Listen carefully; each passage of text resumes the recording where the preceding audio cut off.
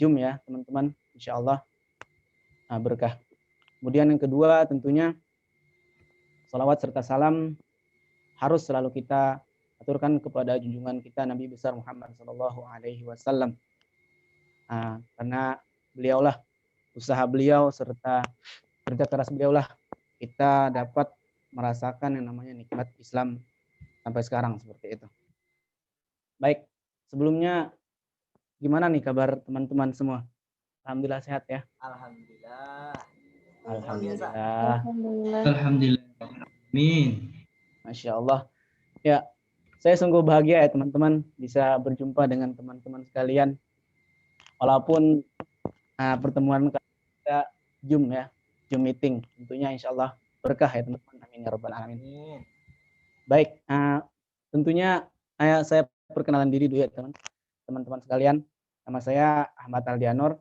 Alhamdulillah saya salah satu mahasiswa di IAIN Palangkaraya. Alhamdulillah semester 5 sekarang nih teman-teman. Dan juga merupakan salah satu pengurus dari LDK Damu IAIN Palangkaraya. Dan alhamdulillah wa innalillah ya teman-teman. Malam hari ini saya diamanahi untuk menjadi MC sekaligus moderator pada kegiatan khotaman dan juga kajian muhasabah akhir tahun. Seperti itu. Oke, teman-teman izin ya, saya selaku MC untuk membacakan sunan acara kita pada malam hari ini. Yang pertama adalah pembukaan, yang kedua pembacaan kalam ilahi ayat suci Al-Quran, kemudian yang ketiga khataman, kemudian yang keempat adalah acara inti, yakni kajian muhasabah akhir tahun kita, kemudian yang kelima adalah pembacaan doa, dan yang terakhir penutup. Baik, memasuki kegiatan kita yang pertama adalah pembukaan.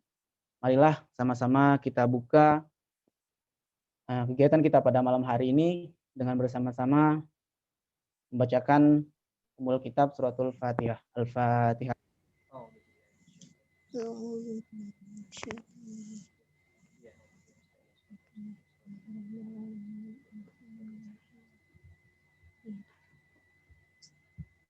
Amin. Amin ya rabbal alamin. Semoga kegiatan kita pada malam hari ini tentunya berjalan dengan lancar dan insya Allah tentunya diberkahi oleh Allah Subhanahu wa taala. Amin ya rabbal alamin. Baik, teman-teman semua memasuki acara yang kedua, yakni pembacaan kalam ilahi yang pada kesempatan kali ini insya Allah akan dibacakan oleh Akhina Jody Irawan J. Kepada Akhina Jody Irawan dipersilahkan. Ada suaranya? Ya, ada Akhi. Assalamualaikum warahmatullahi wabarakatuh. Waalaikumsalam warahmatullahi wabarakatuh. A'udzu billahi minasy syaithanir rajim. Bismillahirrahmanirrahim.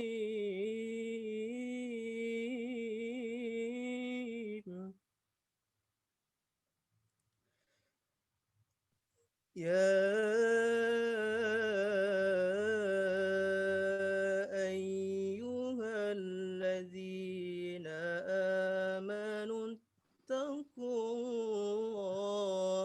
wal tanzur nafsum ma qaddamat lighad.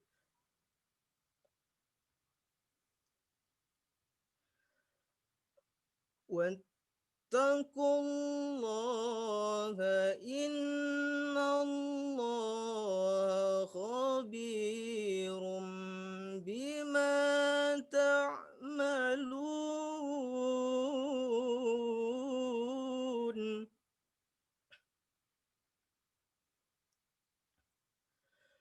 ولا تكونوا كالذين نسوا الله فأنساهم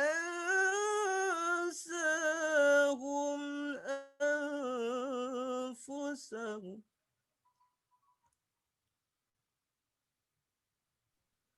أولئك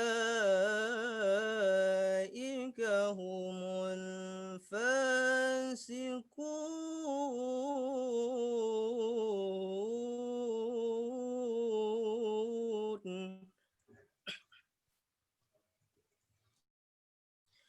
لا يستوي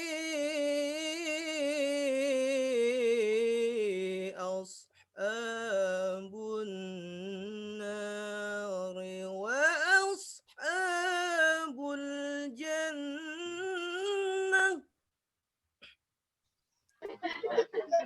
أصحاب الجنة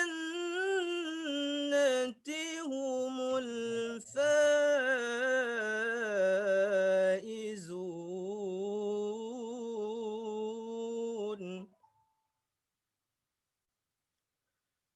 أصحاب الجنة هم الفائزون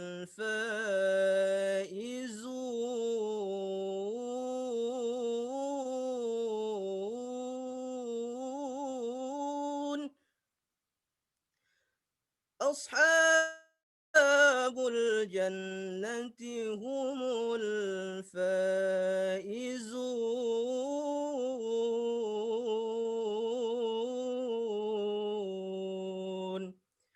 صدق الله العظيم. السلام عليكم ورحمة الله وبركاته. Waalaikumsalam warahmatullahi wabarakatuh. Sadaqallahul azim wa sadaqal rasulul Qur'anil Karim. Insyaallah semoga tentunya dengan pembacaan kalam ilahi ayat suci Al-Qur'an tersebut dengan rahmat Allah, insyaallah kegiatan kita diberkahi oleh Allah Subhanahu wa taala. Amin ya rabbal alamin. Baik, teman-teman sekalian, kegiatan selanjutnya yakni khataman, yang insyaallah dalam khataman ini akan dipimpin oleh Akhina Hadi Nur Rafiq dan juga Akhina Rizky Dwi Rahmanto. Kepada Akhina kami persilahkan.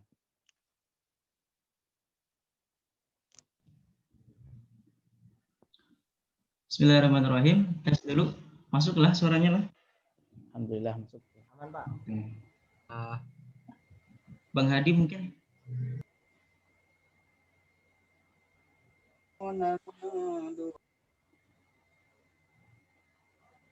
Bang Hadi cek dulu mungkin bisa.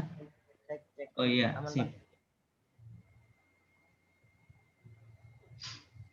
Oke, assalamualaikum warahmatullahi wabarakatuh. Waalaikumsalam Waalaikumsalam warahmatullahi wabarakatuh. Alhamdulillahirabbil alamin. Assalatu wassalamu ala asrafil anbiya'i wal mursalin sayyidina Muhammadin wa ala alihi washabbihi ajma'in, amma ba'd. Alhamdulillahirabbil alamin. Puji syukur kita panjatkan kehadirat Allah Subhanahu wa taala. Lupa juga salawat dan salam senantiasa dihaturkan kepada junjungan kita Nabi Muhammad sallallahu alaihi wasallam. Alhamdulillah pada malam hari ini kita melaksanakan khatmil Quran, yang mana pada pelaksanaan ini akan dipimpin oleh saya sendiri dan juga Akhina Hadi. Mungkin nanti teknisnya untuk teman-teman silahkan mic-nya untuk dimatikan ya. Jadi nanti yang aktif mic-nya saya dan mic-nya Bang Hadi ya. Jadi nanti kami akan bergantian membaca suratnya dan teman-teman silahkan membaca suratnya di tempatnya masing-masing sambil mengikuti dari kami ya. Mungkin seperti itu. Oke, jika sudah siap mungkin kita langsung mulai saja. Ila hadratil Mustafa Muhammadin Rasulullah alaihi wasallam. Al-Fatihah. A'udzu billahi minasyaitonir rajim. Bismillahirrahmanirrahim. Alhamdulillahi rabbil alamin. Arrahmanir rahim. Maliki yaumiddin. Iyyaka na'budu wa iyyaka nasta'in. Ihdinas siratal mustaqim. صراط الذين أنعمت عليهم غير المغضوب عليهم ولا الضالين آمين. أعوذ بالله من الشيطان الرجيم. بسم الله الرحمن الرحيم. والضحى والليل إذا سجى ما ودعك ربك وما قلى وللآخرة خير لك من الأولى ولسوف يعطيك ربك فترضى ألم يجدك يتيما فآوى ووجدك ضالا فهدى ووجدك عائلا فأغنى فأما اليتيم فلا تقهر وأما السائل فلا تنهر وأما بنعمة ربك فحدث. لا إله إلا الله والله أكبر. بسم الله الرحمن الرحيم. ألم نشرح لك الصدر ووضعنا عنك وزرك الذي أنقض ظهرك ورفعنا لك ذكرك فإن مع العسر يسرا إن مع العسر يسرا فإذا فرغت فانصب وإلى ربك فارغب. بسم الله الرحمن الرحيم.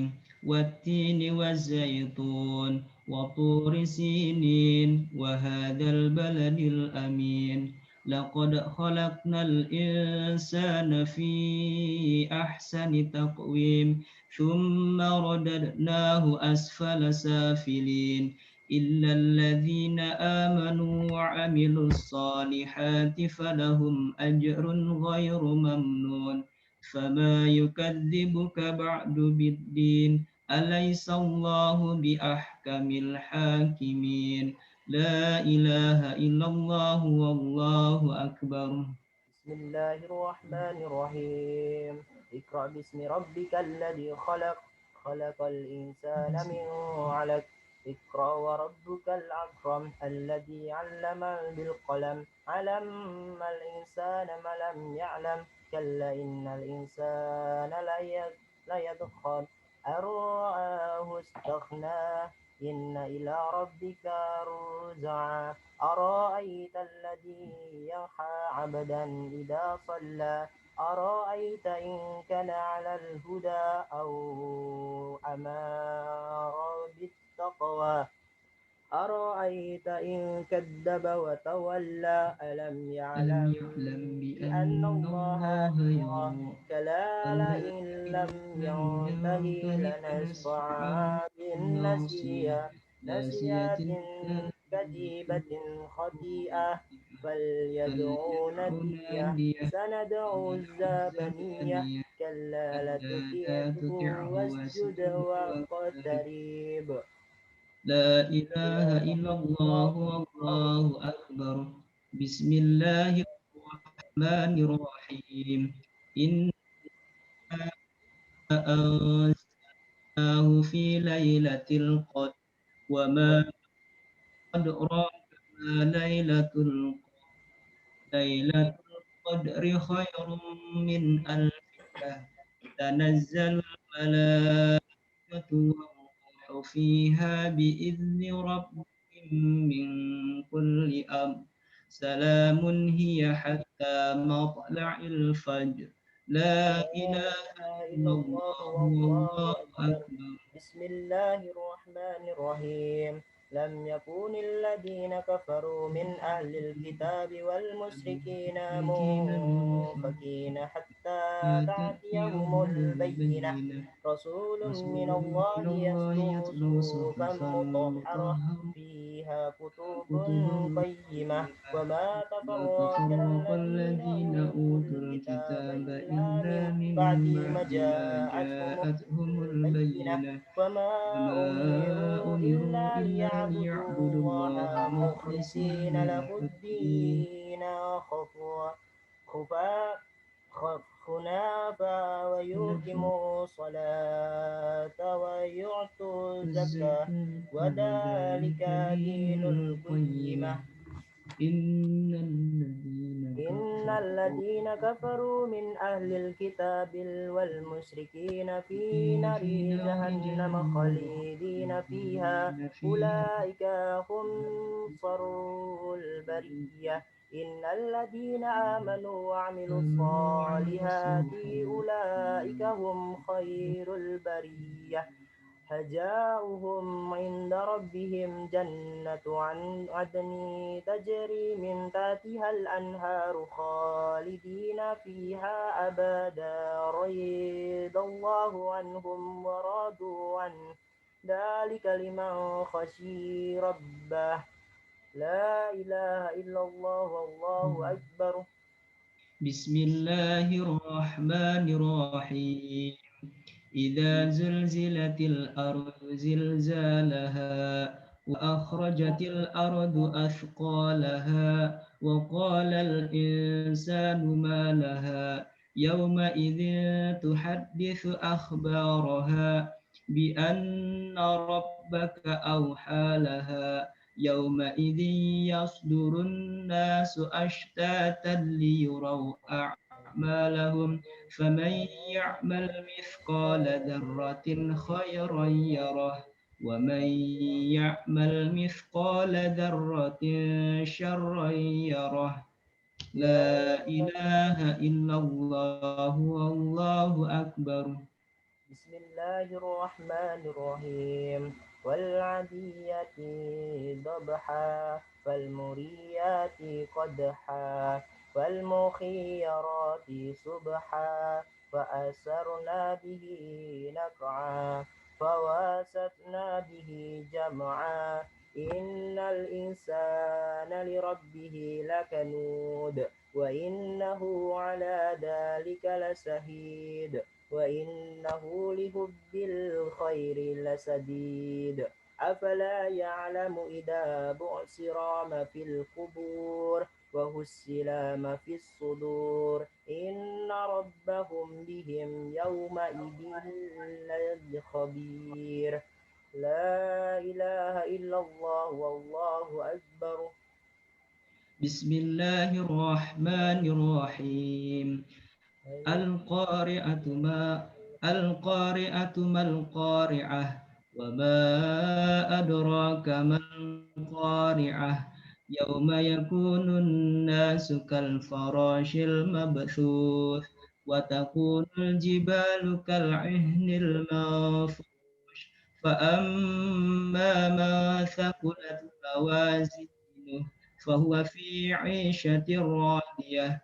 وأما من خفت موازينه فأمه هاوية وما أدراك ما هي نار حامية لا إله إلا إله إلا الله الله والله الله أكبر أكبر بسم الله الرحمن الرحيم ألهاكم التكاثر حتى زرتم المقابر كلا سوف تعلمون ثم كلا سوف تعلمون كلا لو تعلمون علم اليقين لترون الجحيم ثم لترونها عين اليقين ثم لتسألون يومئذ عن النعيم لا إله إلا الله والله أكبر بسم الله الرحمن الرحيم والعصر إن الإنسان لفي خسر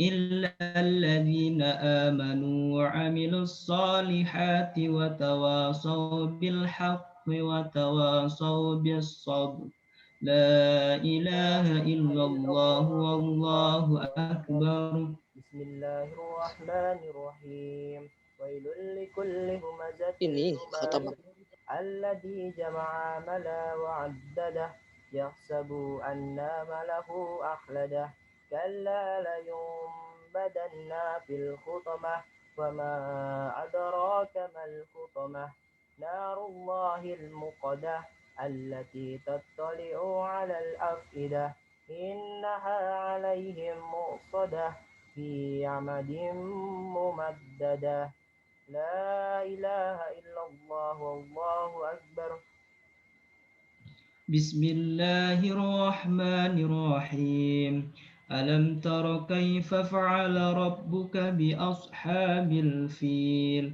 ألم يجعل كيدهم في تضليل وأرسل عليهم طيرا أبابيل ترميهم بحجارة من سجيل فجعلهم كعصف مأكول لا إله إلا الله والله أكبر بسم الله الرحمن الرحيم لإيلاف قريش إيلافهم رحلة الشتاء والصيف فليعبدوا رب هذا البيت الذي أطعمهم من جوع وآمنهم من خوف لا إله إلا الله والله أكبر بسم الله الرحمن الرحيم إذا جاء نصر الله والفتح ورأيت الناس يدخلون في دين الله أفواجا فسبح بحمد ربك واستغفر إنه كان توابا لا إله إلا الله والله أكبر بسم الله الرحمن الرحيم أرأيت الذي يكذب بالدين فذلك الذي يدعو اليتيم ولا يحض على طعام المسكين فويل للمصلين الذين هم عن صلاتهم ساهون الذين هم يراءون ويمنعون الماعون لا إله إلا الله والله أكبر بسم الله الرحمن الرحيم قل هو الله أحد الله الصمد لم يلد ولم يولد ولم يكن له كفوا أحد لا إله إلا الله والله أكبر بسم الله الرحمن الرحيم إنا أعطيناك الكوثر فصل لربك وانحر إن شانئك هو الأبتر لا إله إلا الله والله أكبر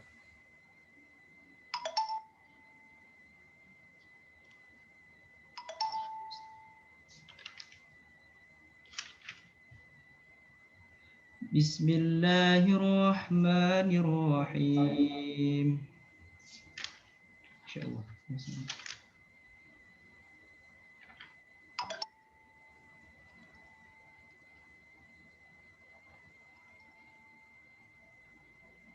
قل يا أيها الكافرون لا أعبد ما تعبدون ولا أنتم عابدون ما أعبد ولا أنا عابد ما عبدتم ولا أنتم عابدون ما أعبد لكم دينكم ولي دين لا إله إلا الله والله أكبر بسم الله بسم الرحمن الله الرحمن الرحيم إذا جاء نصر الله والفتح ورأيت الناس يدخلون في دين الله أفواجا فسبح بحمد ربك واستغفر إنه كان توابا لا إله إلا الله والله أكبر بسم الله الرحمن الرحيم تابت يدا أبي لهب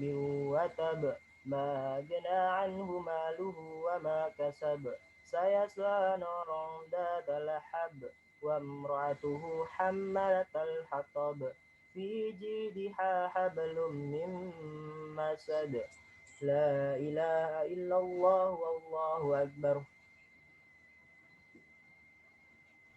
بسم الله الرحمن الرحيم قل هو الله أحد الله الصمد لم يلد ولم يولد ولم يكن له كفوا أحد لا إله إلا الله والله الله أكبر أكبر بسم الله الرحمن الرحيم قل أعوذ برب الفلق من شر ما خلق ومن شر غاسق إذا وقب ومن شر النفاثات في العقد ومن شر حاسد إذا حسد لا إله إلا الله والله أكبر.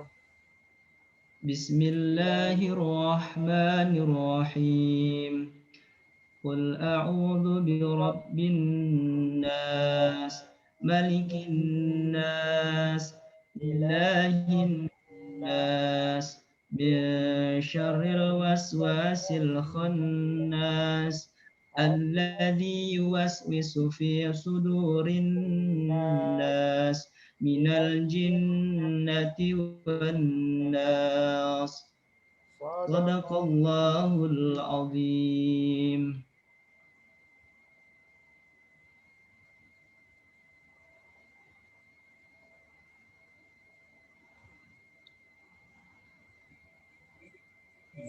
Wassalamualaikum warahmatullahi wabarakatuh.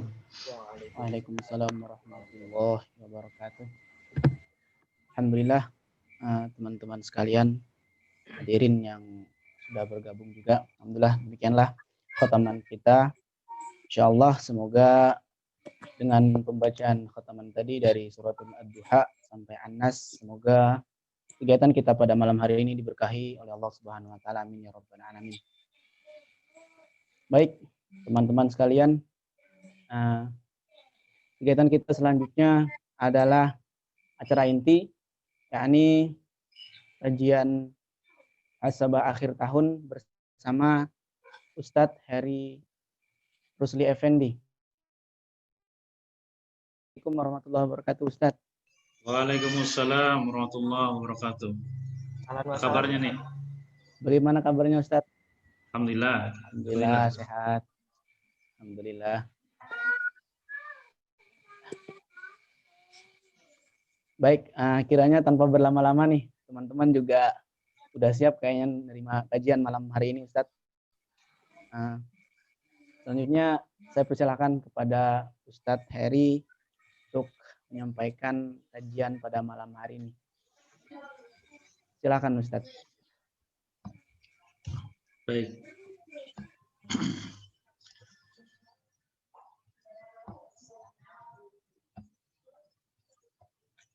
Jazakallah khairan katsira.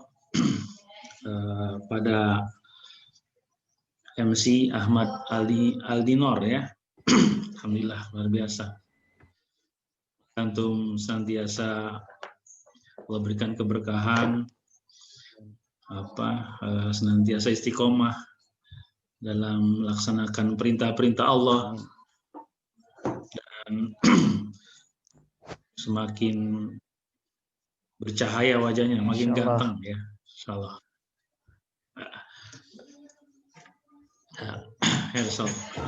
Assalamualaikum warahmatullahi wabarakatuh. Waalaikumsalam warahmatullahi wabarakatuh. Waalaikumsalam warahmatullahi wabarakatuh. Innal hamdalillah nahmaduhu wa nasta'inuhu wa nastaghfiruh wa na'udzu billahi min shururi anfusina wa min sayyiati a'malina may yahdihillahu fala mudhillalah wa may yudlil fala hadiyalah. Asyhadu an la ilaha illallah wahdahu la syarikalah wa asyhadu anna Muhammadan abduhu wa rasuluhu la nabiyya ba'dah. Allahumma shalli ala Sayyidina Muhammadin wa ala alihi wa sahbihi wa ansarihi wa junudi wa man tabi'ahum bi ihsani illa yaumiddin, amma ba'd. Mas-mas, mbak-mbak, ikhwan, akhwat, rahimakumullah. Alhamdulillah pada malam hari ini Ana berkesempatan bersilaturahim dengan mas-mas dan mbak-mbak semua, antum semua. Dan ini sebuah kebahagiaan tersendiri bagi anak saat melihat anak-anak muda punya semangat untuk senantiasa mensyiarkan syariat Islam, ya, dan mengisi waktu-waktunya dengan sesuatu yang bermanfaat. Karena kita patut prihatin dengan kondisi bangsa kita saat ini, di mana sebagian besar anak-anak muda justru asik dengan berbagai hiburan, kesenangan-kesenangan sesaat, dan tidak memikirkan masa depan peradaban Islam. Maka antum semua termasuk orang-orang pilihan. Dari sekian banyak pemuda di Kalimantan Tengah, antum termasuk orang-orang pilihan yang dipilih oleh Allah untuk pada malam hari ini sama-sama kita muhasabah, merenung perjalanan 1 tahun yang telah kita lewati, ya.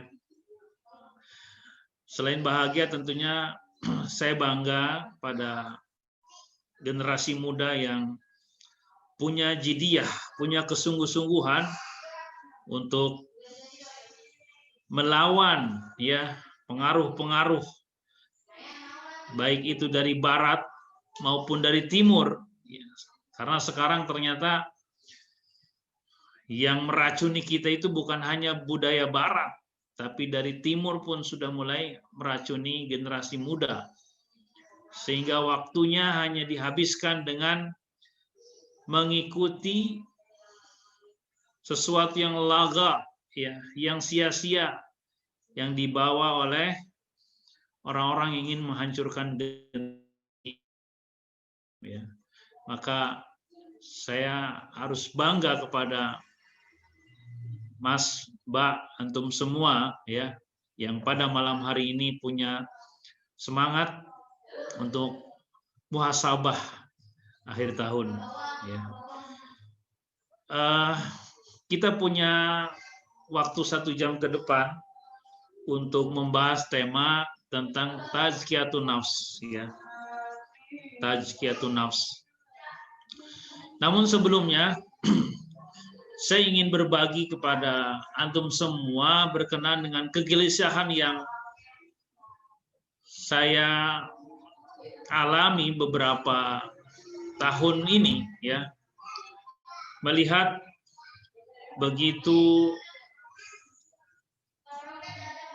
terlenanya generasi muda dengan berbagai tontonan dan juga strategi-strategi ghazul fikri yang diterapkan oleh musuh-musuh Islam. Coba kita bisa tengok sekarang, ya, anak-anak muda sebagian besar, ya, dan tentunya kalian tidak termasuk di dalamnya, sebagian besar justru di menjelang akhir tahun sudah mempersiapkan segala sesuatunya, agenda untuk mengikuti pesta pergantian tahun Masehi, ya. Dan ini kalau kita lihat hampir semua agenda yang dilakukan di malam tahun baru semuanya bukan hanya kesia-siaan tapi juga bercampur dengan maksiat. Ini menjadi sebuah keprihatinan, ya. Keprihatinan bagi kita semua. Kalau orang-orang non-muslim merayakan pergantian tahun baru Masehi, kita tidak masalah. Silahkan mereka mau merayakannya. Mereka berbagai gaya, berbagai cara mau merayakannya, silahkan. Yang patut kita menjadi sebuah perenungan, ya, yang patut kita merasa kecewa. Ternyata pada malam pergantian tahun Masehi sebagian besar yang ikut merayakan justru umat Islam. Ini yang bikin kita sedih, ya. Bikin kita sedih. Bayangkan, hanya bergantinya tanggal dari 31 menjadi tanggal 1, bergantinya tahun, itu ditunggu, ya, ditunggu dengan berbagai macam aktivitas berkholwat antara ikhwan dan akhwat, ya, laki-laki dan perempuan bercampur baur kadang ada miras di situ, ya. Kadang ada perzinahan dan sebagainya.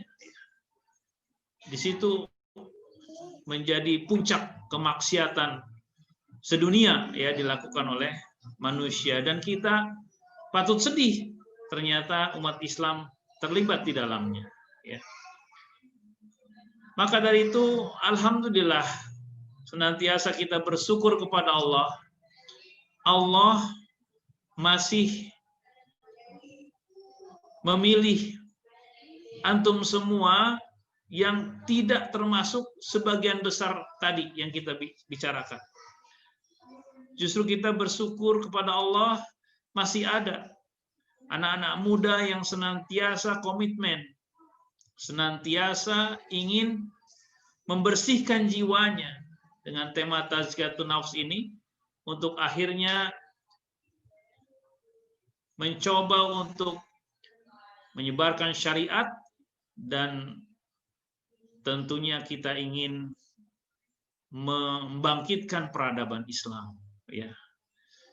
Alhamdulillah, saya ingin memberikan apresiasi yang luar biasa kepada antum semua.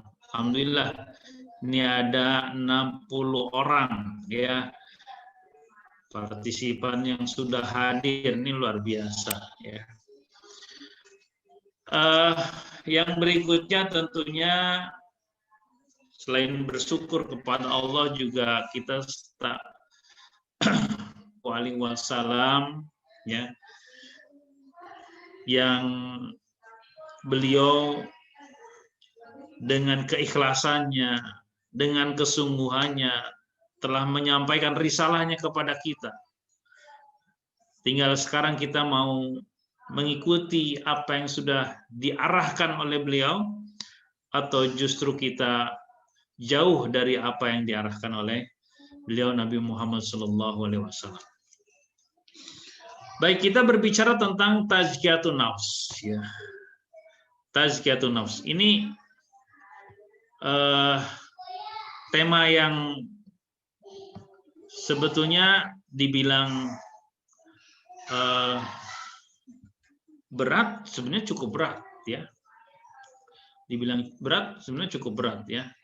Tapi mau nggak mau tema ini menjadi sebuah pondasi kita dalam bekal mengarungi kehidupan ini ya. Maka ini sebuah hal yang sangat penting ya kita bahas. Bahkan Rasulullah Shallallahu Alaihi Wasallam ya dalam sebuah hadis Rasulullah bersabda, ada 3 hal yang siapa saja melakukan 3 hal ini ya, maka ia akan merasakan nikmatnya kehidupan beriman. Bayangkan, banyak orang yang mengaku beriman tapi ternyata belum mendapatkan kenikmatan kehidupan beriman. Nah, Rasulullah memberikan guidance ya, arahan kepada kita. Ada 3 hal yang bisa kita rasakan ya dalam kehidupan ini, sebuah kenikmatan ya dalam keberimanan kita. Yang pertama kata beliau, kita bisa mendapatkan nikmat kehidupan beriman, yaitu beribadah hanya kepada Allah Azza wa Jalla dengan mengikrarkan tiada Tuhan yang hak diibadahi melainkan Allah ya. Yang kedua kata beliau, menunaikan zakat dari harta yang baik ya, baik menurut ukuran dan tidak memberikan sesuatu yang buruk dari hartanya ya, tetapi dia memberikan hartanya yang sedang-sedang saja, karena Allah tidak meminta harta kalian yang terbaik dan juga tidak meminta yang buruk. Nah, ini yang ketiga ya, kita akan merasakan nikmat kehidupan iman jika mensucikan diri kita ya. Kata Rasulullah, jika orang tersebut mensucikan dirinya ya, kemudian ada seseorang seorang sahabat bertanya kepada beliau, apa yang dimaksud mensucikan dirinya, atau apa yang dimaksud tazkiyatun nafs, atau mensucikan diri? Maka hadis ini menjelaskan tentang definisi tazkiyatun nafs. Beliau menjawab, hendaklah dia mengetahui, menyadari bahwa Allah bersamanya dimanapun dia berada. Jadi dari hadis ini kita bisa memahami bahwa tazkiyatun nafs itu kalau kita mau press dari pengertian, dari berbagai pengertian, adalah puncak dari tazkiyatun nafs itu adalah menyadari bahwa Allah bersamanya dimanapun dia berada. Ya, karena kalau kita ini merasakan Allah senantiasa membersamai kita dalam semua kehidupan, pasti kita akan menjalankan kehidupan ini dengan hati-hati, ya, dan senantiasa taat kepada Allah. Kenapa sekarang orang banyak yang lalai? Kenapa sekarang orang yang banyak yang melakukan maksiat? Karena mereka tidak merasakan adanya Allah yang membersamai. Jadi tazkiyatun nafs itu intinya sebetulnya muraqabatullah, senantiasa merasa diawasi oleh Allah Subhanahu wa taala, ya.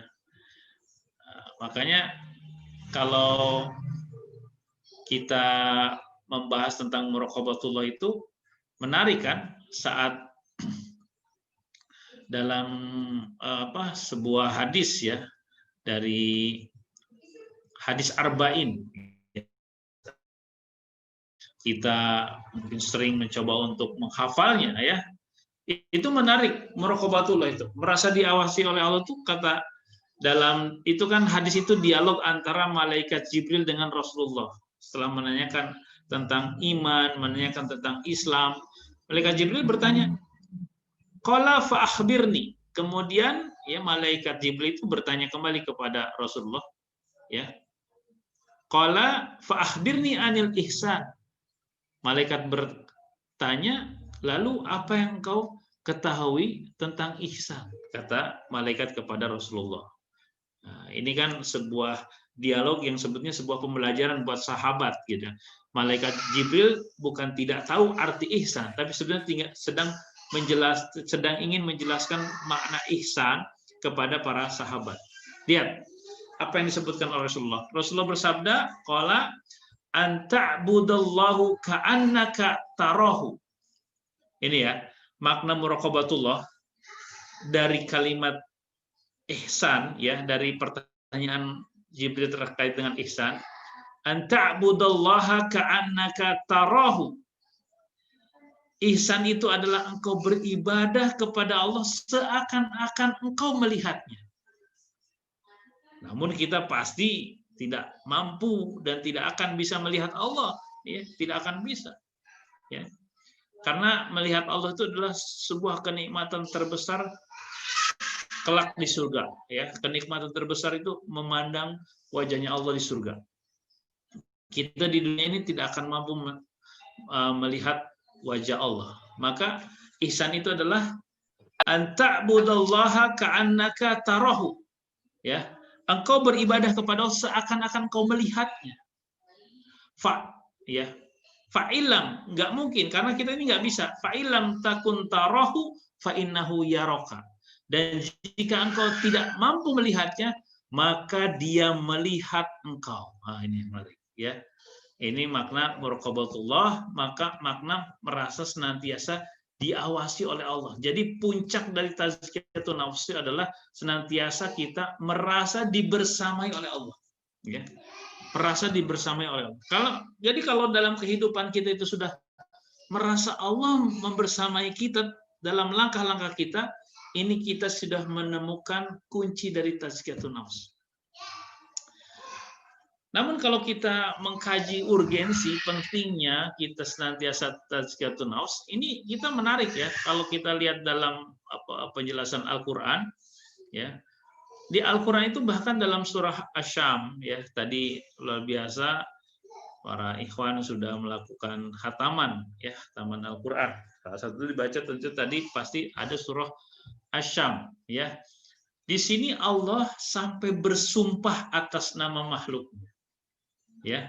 Allah bersumpah atas nama makhluknya, dan Allah bersumpah berulang kali, berturut-turut, ya. A'udzubillahi minasyaitonirrajim. Bismillahirrahmanirrahim.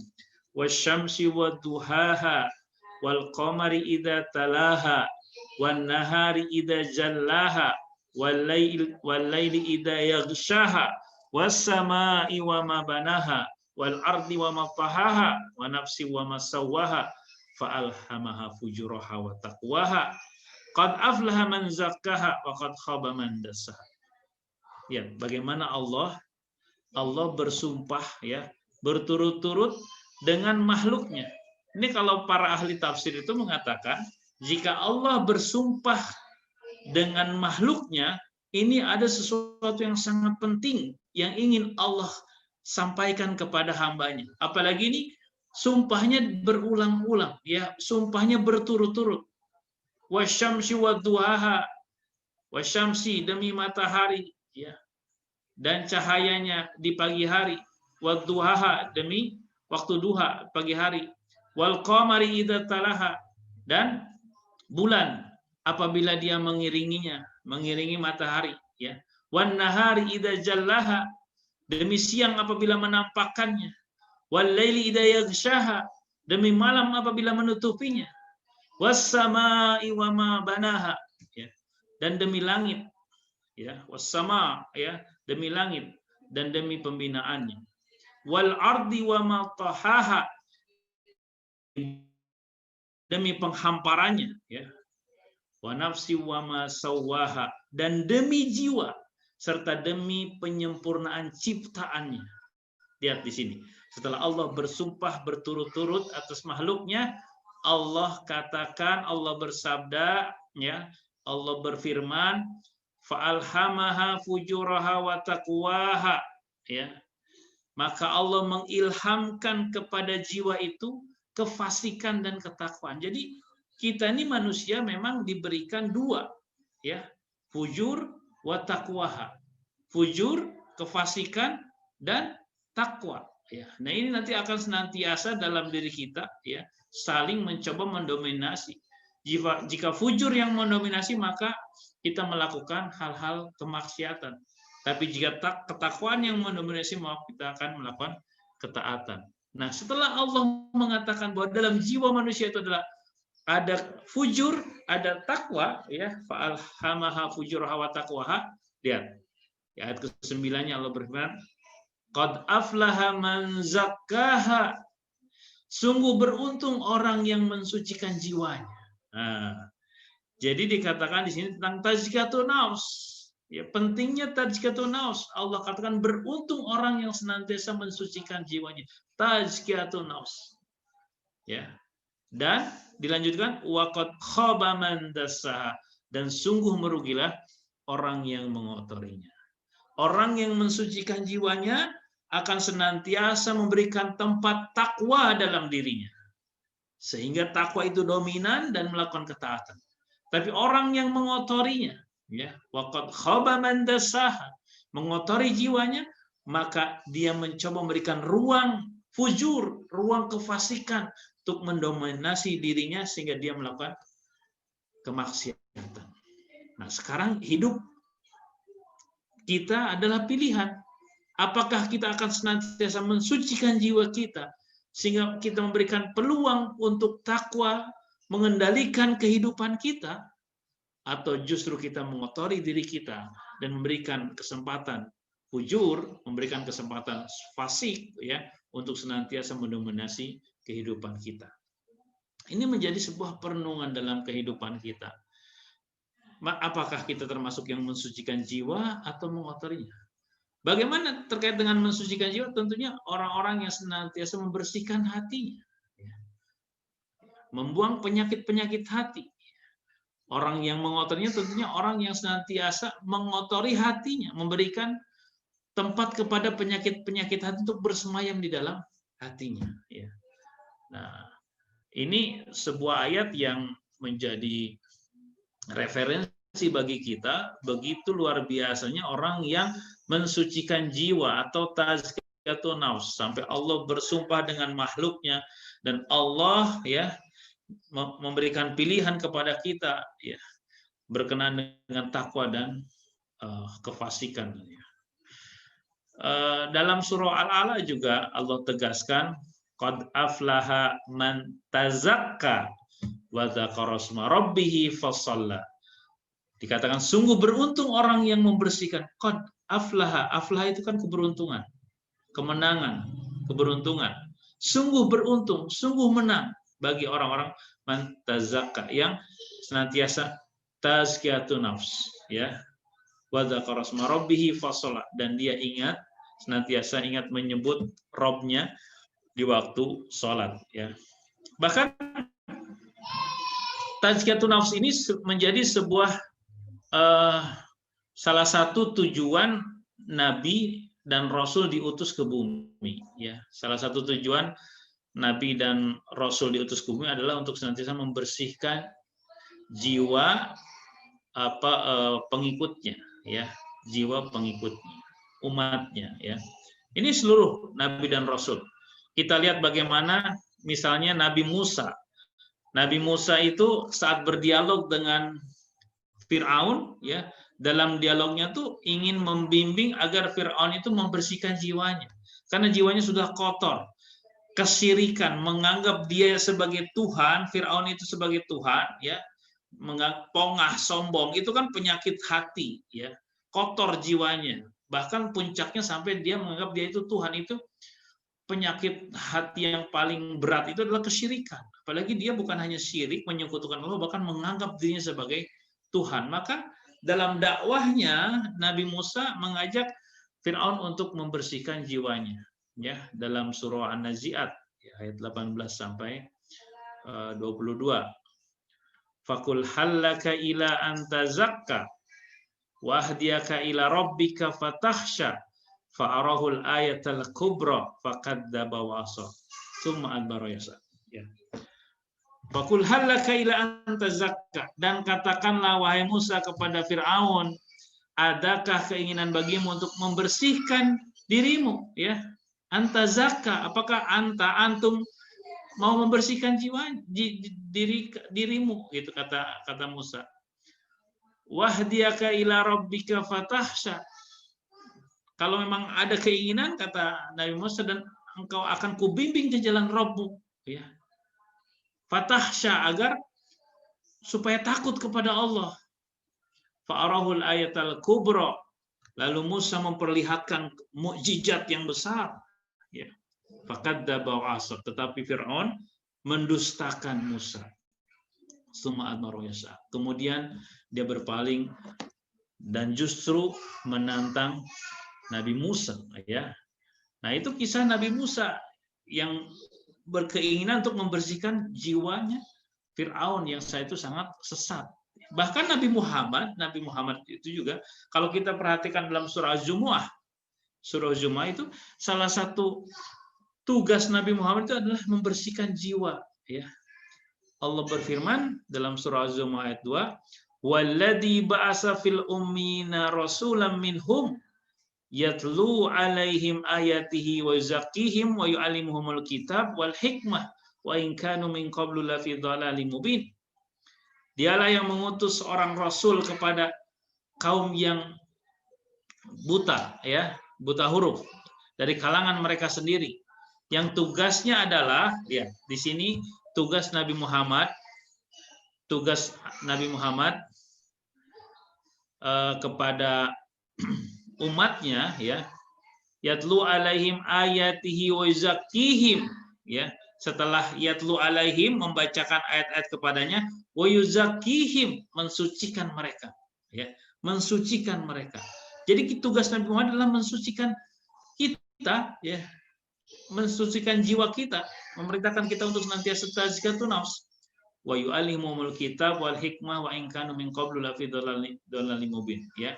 Setelah itu mengajarkan kitab, hikmah, sesungguhnya sebelumnya benar-benar dalam kesesatan yang nyata, orang saat itu jahiliyah. Jadi salah satu tujuan Nabi Muhammad diutus kepada umatnya adalah untuk mensucikan jiwa. Ya. Maka setelah kita tahu bahwa ternyata tazkiyatun nafs adalah sesuatu yang luar biasa ya, menjadi tujuan para nabi dan rasul, maka marilah kita senantiasa mensucikan jiwa kita. Ya, karena ini ya, siapa yang senantiasa berusaha mensucikan jiwanya, maka jaminannya bagi orang-orang senantiasa tazkiyatun nafs, maka jaminannya adalah menjadi penghuni surga. Ya, siapa di antara kita yang tidak ingin surga? Semua kita mendambakan surga. Ya, semua kita mendambakan surga. Nah, ini ditegaskan dalam surah Toha ya. Allah berfirman, wa may yu'tihi mu'minan qad alimas solihati faulaika lahumud darajatul ula ya. Dan siapa saja yang mendatanginya dengan keadaan beriman dan sungguh-sungguh melakukan amal soleh, kata Allah, maka mereka memperoleh derajat yang tinggi. Derajat yang tinggi. Apa yang dimaksud derajat yang tinggi adalah jannatu adn, surga adn. Ya. Tajri min tahtihal anhar khalidina fiha. Di surga Aden itu mengalir sungai-sungai di bawahnya. Ya.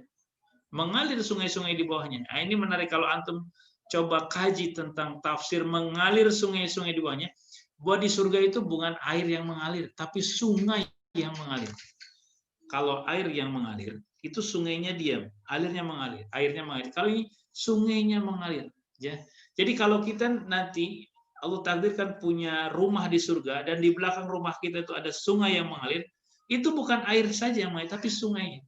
Maka yang berganti-ganti view di hadapan kita itu bukan hanya air, tapi view sungainya itu, batu-batunya berganti gitu, ikan-ikannya juga berganti karena sungai yang mengalir sungai-sungai di bawahnya. Ya, ya. Wazalika jazaa'u man tazakka. Mereka kekal di dalamnya, itulah balasan bagi orang-orang yang membersihkan jiwanya. Ya, balasan orang-orang yang mensucikan jiwanya adalah surga. Surganya pun disebut surga yang tinggi, surga Aden. Ya, bahkan Rasulullah pun mengajarkan kita untuk senantiasa berdoa, yang doanya itu adalah untuk mensucikan jiwa kita. Ya. Rasulullah mengajarkan kita untuk berdoa, Allahumma ati nafsi taqwaha. Ya. Ya Allah, karuniakanlah ketakwaan pada jiwaku. Allahumma ati nafsi taqwaha. Yang berikutnya, wa zakkiha anta khaira man zakkaha. Sucikan ya, sesungguhnya engkau sebaik-baiknya yang maha suci. Kita minta kita untuk disucikan jiwa kita, dan kita mengatakan sesungguhnya Allah sebaik-baiknya yang mensucikan jiwa. Ya, anta waliyuha wa maulaha. Ya, engkaulah yang menjaga dan melindungi. Ya, Allahumma inni a'udzubika min ilmin la yanfa' wa min qalbin la yakhsha wa min nafsin la tashba' wa min da'atin la yastajabu laha. Itu doa yang diajarkan oleh Rasulullah agar kita senantiasa mampu membersihkan jiwa kita. Nah, sekarang setelah kita membahas tentang tazkiyatun nafs, pentingnya tazkiyatun nafs, pengertian tazkiyatun nafs, lalu bagaimana untuk merealisasikan tazkiyatun nafs dalam kehidupan kita? Ya. Yang pertama adalah senantiasa mengokohkan akidah, tauhid, ya, tauhid. Karena puncak dari kebersihan jiwa itu saat kita hanya menyembah Allah satu-satunya dan kita menyingkirkan sesembahan-sesembahan yang lain. Dan puncak kekotoran hati kita, ini kebalikannya, puncak kekotoran hati kita itu saat kita menyekutukan Allah. Ya. Tadi Fir'aun tuh dengan pongah, dengan sombong dia mengaku dia sebagai Tuhan, itu udah hatinya itu udah kotor, sangat kotor, bahkan bisa dikatakan bukan hanya kolbun marid, tapi bisa juga kolbun mayit, hatinya sudah mati, kotor, ya. Nah, jadi kalau hal yang pertama yang harus kita lakukan untuk membersihkan jiwa kita adalah kita hilangkan ikan dalam diri kita, ya. Puncak syirik tentunya adalah menyekutukan Allah, tapi biasanya itu bertahap, ya, bertahap. Syirik itu bisa hadir diawali dengan kita tidak ikhlas saat kita melakukan sesuatu, ya. Saat kita melakukan sesuatu itu bukan karena Allah, tapi bukan karena yang lain. Kita tidak menyekutukan Allah, tapi kita beribadah karena orang lain, karena zat yang lain. Ini awal dari kesyirikan, ya. Sholat hanya ingin dilihat oleh teman kita, ya, bukan untuk menghambakan diri kepada Allah. Zakat ingin dilihat, ingin dianggap sebagai seorang dermawan dan sebagainya, ya. Nah, ini awal, tapi puncaknya itu adalah menyekutukan Allah. Maka kita berupaya mensucikan jiwa kita dengan merealisasikan tauhid kita, akidah kita, ya. Dalam surah Fusilat Allah berfirman ayat 6 sampai ayat 7, ya. Di penggalan ayat ke-6 itu wa wailul lil musyrikin, dan celakalah orang-orang yang menyekutukan Allah, ya. Wa wailul lil musyrikin, musyrik yang menyekutukan Allah. Alladzina la yu'tuna zakata wa hum bil akhirati hum kafirun. Yang dimaksud orang yang menyekutukan di sini, menyekutukan Allah di sini, bahkan dilanjutkan, yaitu orang-orang yang tidak menunaikan zakat dan mereka kafir akan adanya kehidupan, mengingkari akan adanya kehidupan. Nah, kafir, tidak percaya terhadap hari akhir. Ini sesuatu yang bisa mengotori jiwa kita. Maka kita harus membersihkan itu semua. Niatkan semua ibadah kita hanya karena Allah, ya. Niatkan segala ibadah kita hanya karena Allah. Yang kedua, cara kita merasakan tazkiyatun nafs adalah dengan senantiasa menghidupkan amalan-amalan hati, ya, menghidupkan amalan-amalan hati. Apa itu? Ikhlas, ya, ikhlas. Melakukan segala sesuatu itu karena Allah. Mahabbah, iringi ibadah kita dengan mahabbah, dengan kecintaan kita kepada Allah, ya, mahabbah. Ada juga khauf, rasa takut, ya. Ada roja. Khauf biasanya beriringan dengan roja. Ini amalan hati, ya, khauf dan roja. Di satu sisi kita khauf, di satu sisi kita takut kepada Allah, takut atas azabnya, siksanya, peradilannya, ya, jika kita melakukan kemaksiatan.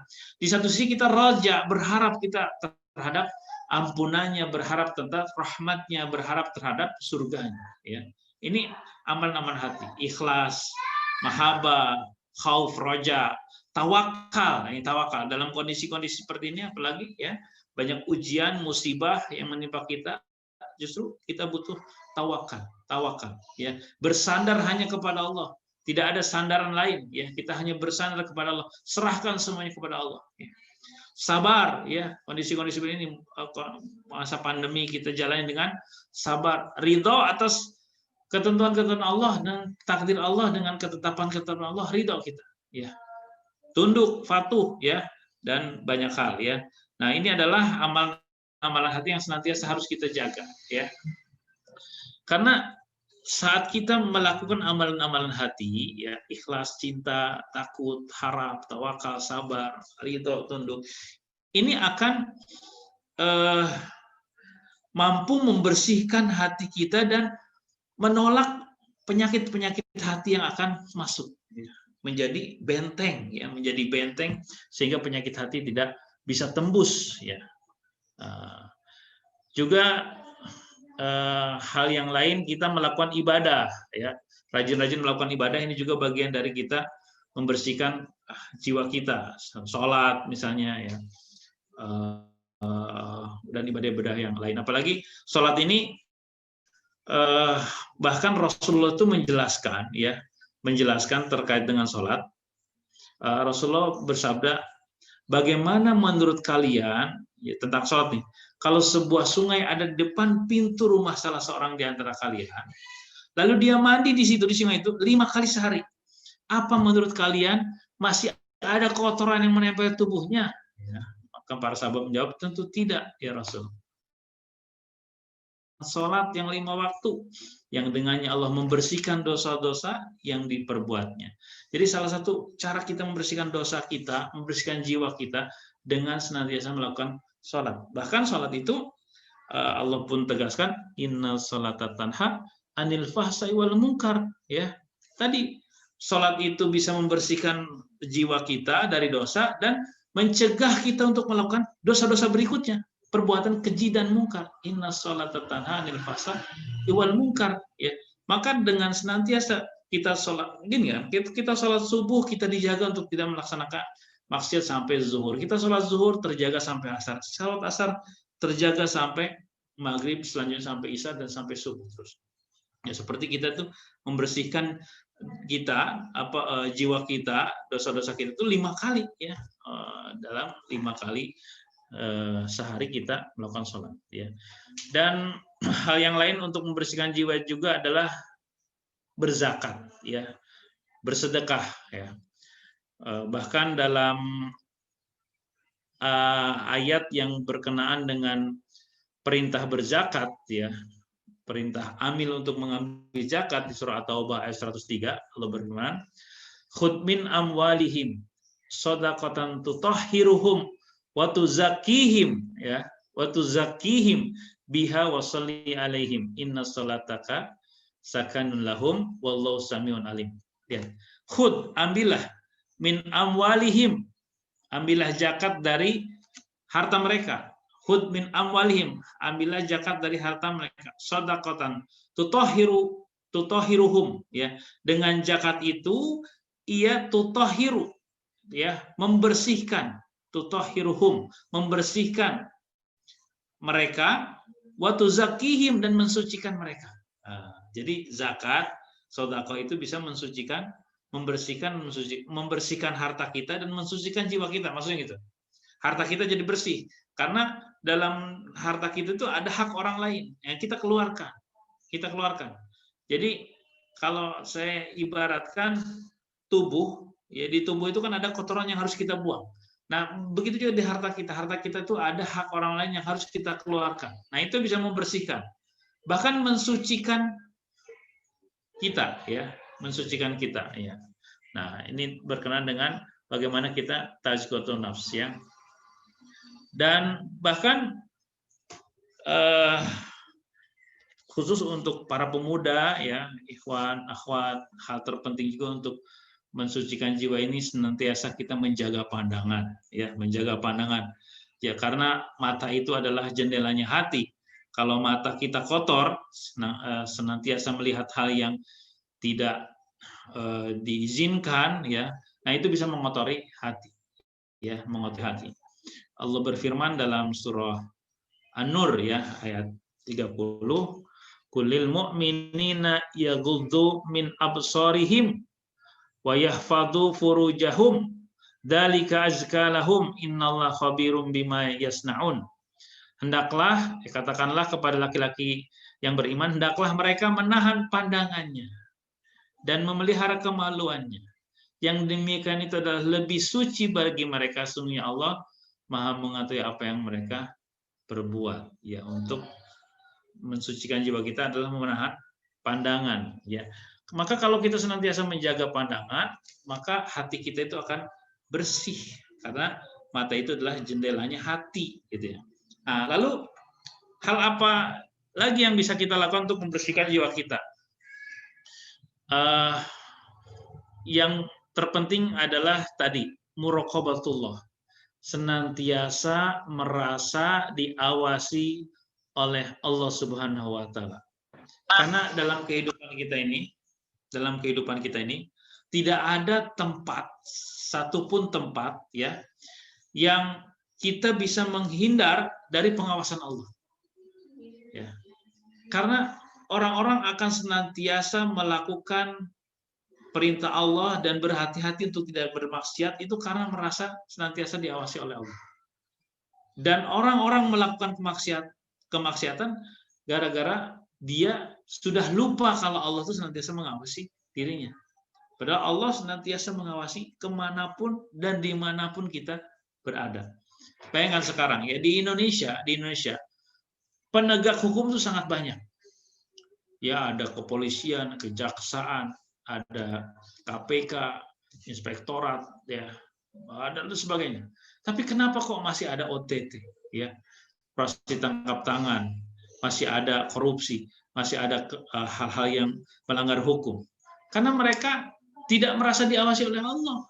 Karena manusia itu mengawasi ada batasnya.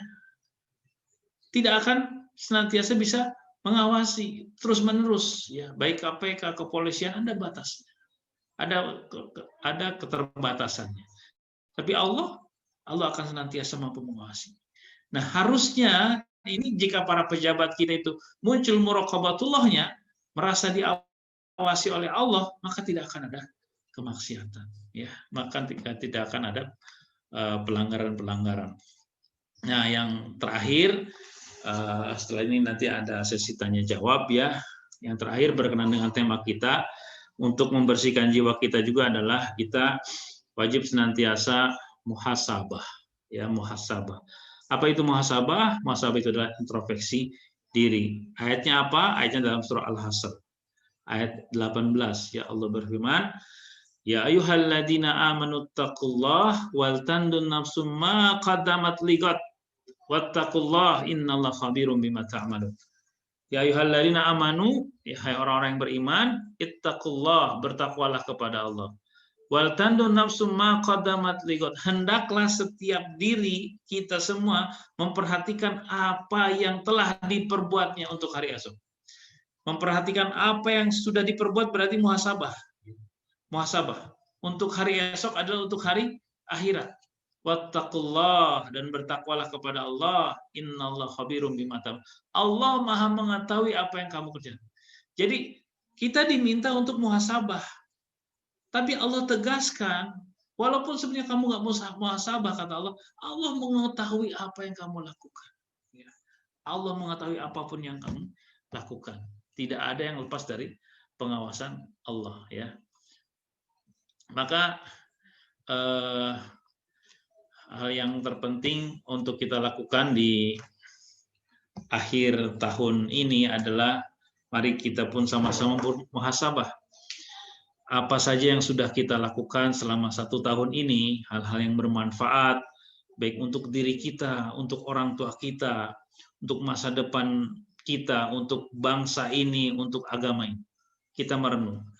Dari 24 jam yang kita jalankan, berapa waktu yang benar-benar bermanfaat, ya kita lihat dari 24 jam apakah masih terlalu banyak kesia-siaan, hal yang lago, ya senangan, ya, yang kadang itu melalaikan kita dari mengingat Allah. Coba dilihat dalam 1 hari 1 malam, dalam 1 pekan, dalam 1 bulan, dan dalam 1 tahun kita presentasikan bagaimana ibadah kita, kedekatan kita kepada Allah, bagaimana bacaan Al-Quran kita, ya, bagaimana mujahadah kita, kesungguh-sungguhan kita dalam ibadah, ya. Bayangkan kalau kita mau melihat teladan Rasulullah itu luar biasa, ya. Rasulullah senantiasa bermujahadah dalam ibadah sampai kakinya bengkak, gitu ya. Sampai kaki bengkak. Ibunda Aisyah bertanya, kenapa engkau sampai melakukan seperti ini? Afala akunu abdan syakura. Apakah aku tidak pantas menjadi hamba yang bersyukur, kata Rasulullah. Rasulullah menampakkan, mengungkapkan rasa syukurnya itu dengan senantiasa bermujahadah dalam beribadah kepada Allah Subhanahu wa taala, ya. Ini mungkin yang bisa saya sampaikan. Selanjutnya kita bisa berdiskusi, ya. Jika memang ada sesi diskusi, karena tentunya diskusi dengan anak-anak muda akan senantiasa menambah, ya, referensi saya juga, ya, menambah ilmu bagi saya juga. Demikian, wallahu alam shawab. Assalamualaikum warahmatullahi wabarakatuh. Waalaikumsalam warahmatullahi wabarakatuh. Allah luar biasa. materinya sungguh tadi bilang bikin diri jadi refleksi selama setahun ngapain aja gitu. Oke, sedikit teman-teman dapat saya sampaikan bahwasanya penting kiranya kita untuk selalu tazkiyatun nafs ya, seperti yang sudah disampaikan Ustaz, dan karena salah satu urgensinya insya Allah pasti kita akan mendapatkan surganya Allah Subhanahu wa Ta'ala. Seperti itu. Baik, selanjutnya kita buka untuk pertanyaan kepada teman-teman yang ingin bertanya. Silahkan untuk raise hand jika langsung ingin bertanya, ataupun bisa dengan langsung menuliskannya di kolom chat ya kepada teman-teman. Saya persilahkan.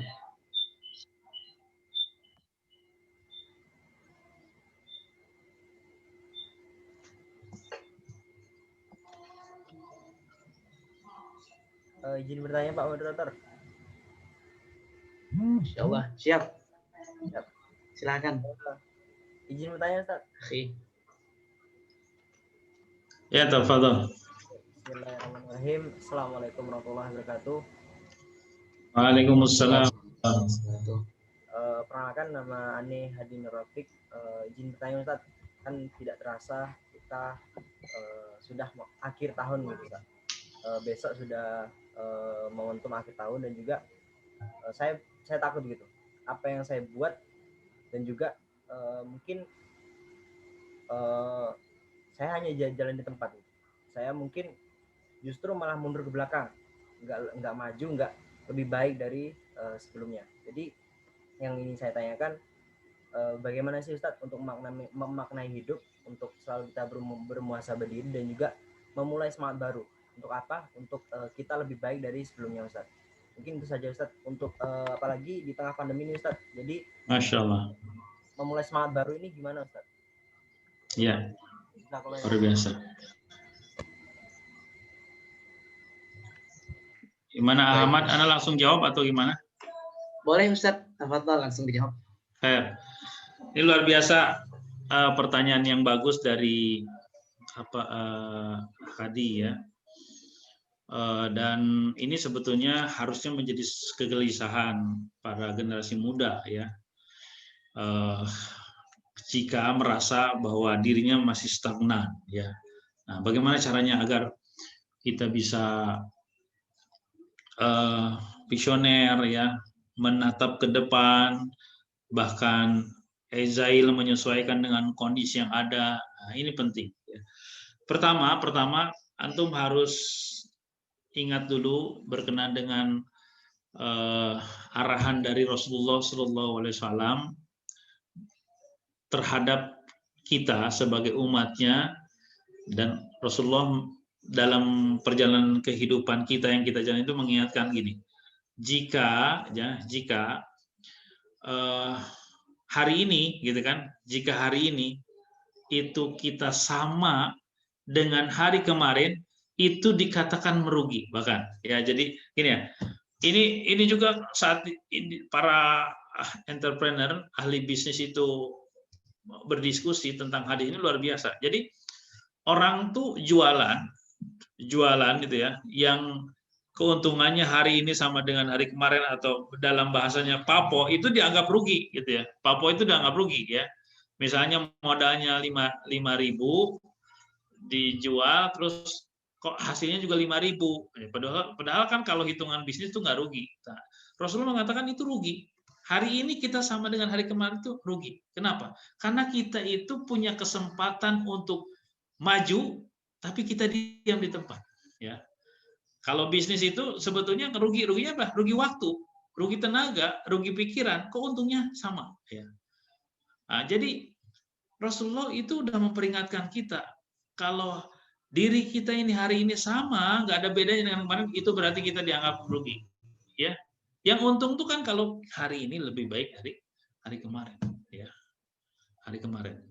Jadi bukan hari ini lebih buruk yang dikatakan rugi, itu hari ini sama dengan hari kemarin itu adalah rugi. Nah, ini harus menjadi motivasi bagi kita. Harusnya kita senantiasa punya planning. Jadi bagaimana agar hidup kita lebih terarah, punya visioner, kita harus punya planning. Biasakan antum itu dalam setiap tahun, bahkan antum punya dalam mindset antum misalnya rencana jangka pendek, rencana jangka menengah, rencana jangka panjang. Ini penting tuh ya. Rencana jangka panjang misalnya antum punya target 10 tahun. 10 tahun tuh antum punya target apa? Jadi kita itu memulai dari akhir. Goalnya dulu apa? Goalnya itu apa? Antum pengen ini. Misalnya 10 tahun ke depan antum pengen S2 misalnya atau itu antum nanti breakdown ya, breakdown dari goal itu antum breakdown. Berarti kalau 10 tahun saya punya target ini, berarti di 9 tahun saya ngapain, 8 tahun saya ngapain, 7 tahun sampai 1 tahun ini. Itu jangka panjang. Nanti ada jangka menengah 5 tahun, ada jangka pendek 1 tahun. Nah, 1 tahun itu bisa lebih konkret antum rencanakan. Nah, ini antum biasakan ya, anak-anak muda itu punya roadmap, punya planning ya, planning yang jelas untuk kehidupan. 1 tahun ini mau ngapain? Dari jangka panjang jadi menengah jadi jangka pendek. Jadi benar-benar hidup itu terencana, Toh misalnya dalam perjalanannya ada ujian, tantangan yang berat sehingga antum lepas dari rencana, nggak apa-apa. Daripada antum tidak punya rencana sama sekali, ya. Karena bahkan kan dikatakan bahwa kegagalan itu berawal dari perencanaan yang gagal. Kita merencanakannya salah, itu bisa menjadi sebuah kegagalan. Jadi rencana dulu. Rencana itu kan diawali dari mimpi. Jadi kan mimpi ini kan gratis ya. Antum nggak bayar, silahkan antum bermimpi 10 tahun antum menjadi apa. Jangan sampai kita untuk bermimpi aja kita nggak berani gitu. Bagaimana untuk merealisasikan, untuk bermimpi misalnya menjadi seorang yang bermanfaat ya, untuk umat dan sebagainya, antum misalnya malas. Nah, dari mimpi itulah antum nanti punya rencana, lalu di breakdown ya sampai rencana itu per tahun. Nah, ini akan membuat hidup antum lebih tertata ya. Nanti antum jalani ini semua, antum asal komitmen ya, komitmen. Dan kalau ini, Anda ingatkan kalau antum bikin target juga ingat ya, jangan terlalu bombastis. Ya. Karena target yang terlalu tinggi melangit, saat antum nggak tercapai itu biasanya antum down. Wah, saya nggak bisa mencapainya ini. Tapi realistis, sesuaikan dengan kondisi antum, ya. Sesuaikan dengan kemampuan antum, sesuaikan dengan potensi yang antum miliki. Tapi harus di atas ya. Target itu harus tinggi.